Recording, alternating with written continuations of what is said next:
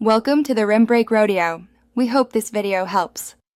Most HP printers do not store the Wi-Fi password in a readable form.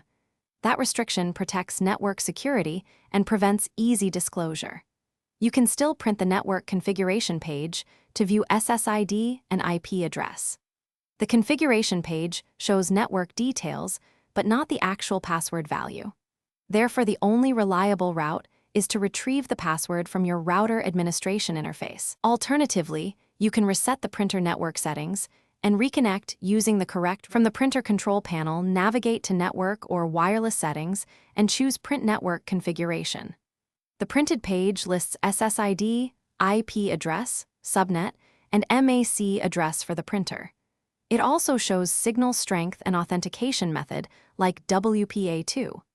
Note that the configuration page does not display the Wi-Fi password value. Use the printed SSID and IP address to connect to the router admin or confirm which network the printer uses.